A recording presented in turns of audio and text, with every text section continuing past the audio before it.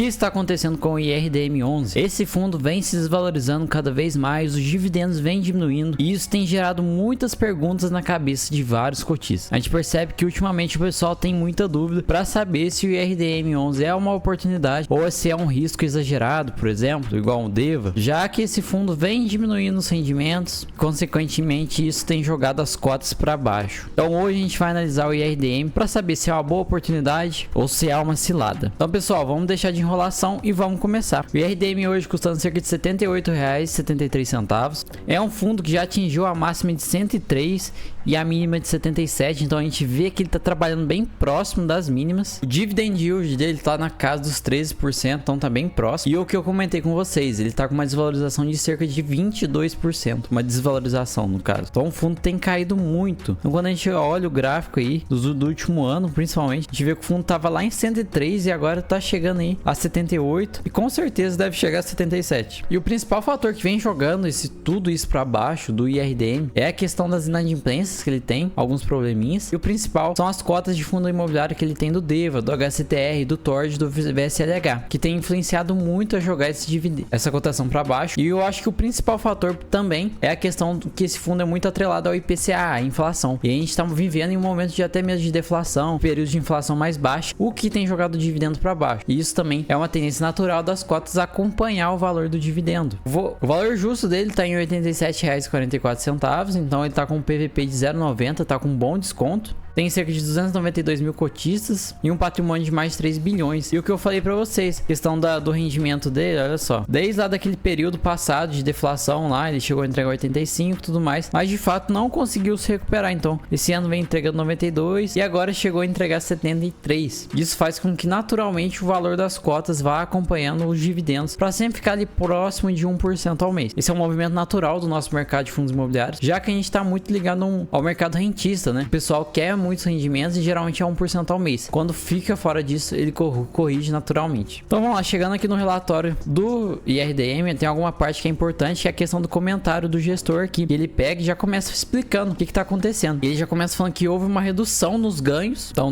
na receita que entra dentro do fundo, principalmente na correção monetária. A correção monetária é os juros, basicamente, que acontece. E geralmente, nem é o caso do IRDM, esses juros, a correção é feita pelo IPCA. E aqui eles falam que o efeito da deflação foi sentido em 97 ativos. Então assim, de praticamente a grande maioria dos ativos do fundo estão sofrendo com essa deflação. E a inflação que foi usada para calcular os juros desse mês foi a de julho, já que o IRDM utiliza os 2 meses para trás para corrigir. Então esse mês foi julho, mês que vem será agosto e assim por diante. E o mês de julho, a inflação foi de cerca de menos 0,8. Isso influenciou muito no resultado do fundo. E também eles deixam claro aqui que o fundo tem uma inflação acruada. Essa inflação acruada, ela é desbloqueada quando o fundo consegue, ele vende o ativo, o CRI, e aí ele tem cerca de 15 milhões aí travados para caso eles queiram fazer um giro de carteira para destravar isso e poder entregar para os cotistas. Então no geral é por causa disso, foi o que eu falei, a deflação que está afetando esse fundo tem jogado o dividendo para baixo e consequentemente o valor da cota vai abaixar. A taxa de administração e gestão dele somadas dão cerca de 1%, então não é algo tão alto. E aqui a gente tem a carteira do fundo, tá bem pequenininha, mas de fato é um fundo que é muito bem diversificado. A maior posição dele está em 2,51%. Assim, fundo muito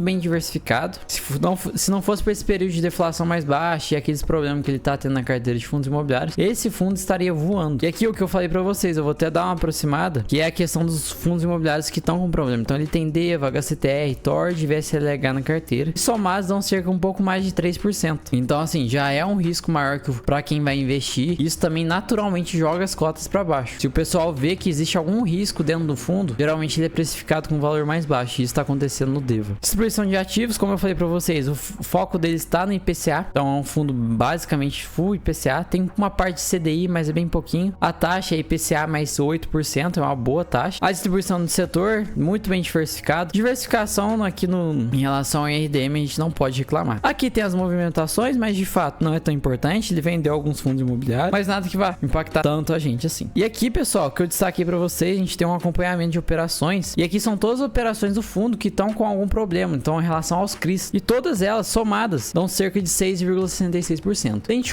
somar com os 3,40 e poucos por cento arredondados de problema de inadimplência dos fundos imobiliários, no total é cerca de 10% da carteira dele com inadimplência. E a gente vê lá que o PVP, o desconto dele é basicamente esse, 0,90. Então, fundo com 10% de desconto, porque tá com cerca de 10% do patrimônio corrompido, vamos dizer assim. E é isso que é a tendência natural do mercado, ele vai estar sempre corrigindo. Porém, para mim, o desconto para poder estar entrando no IRDM teria que ser um pouco maior, já que a gente tem que ter um prêmio de risco. Então a gente poderia colocar mais 3, 4, 5%, dependendo de como você analisa o risco do IRDM. Então esse fundo teria, para tornar viável talvez o investimento, pelo menos na minha análise, ter que estar com pelo menos uns 15% de desconto para eu poder estar entrando aí nesse fundo. Então é uma análise um pouco diferente, mas a gente vê que naturalmente o mercado sempre corrige, que é a tendência natural. Por isso que eu falo para vocês tomarem cuidado em relação a fundos imobiliários, porque vamos lá, um fundo que tem 20% de exposição a um CRI e esse CRI dá problema, com certeza a cota dele vai cair cerca de 20%. E essa foi a perca de patrimônio do fundo, vamos dizer assim. Então, no geral, o mercado automaticamente corrige isso. Então, aqui a gente tem a receita. Então, o fundo conseguiu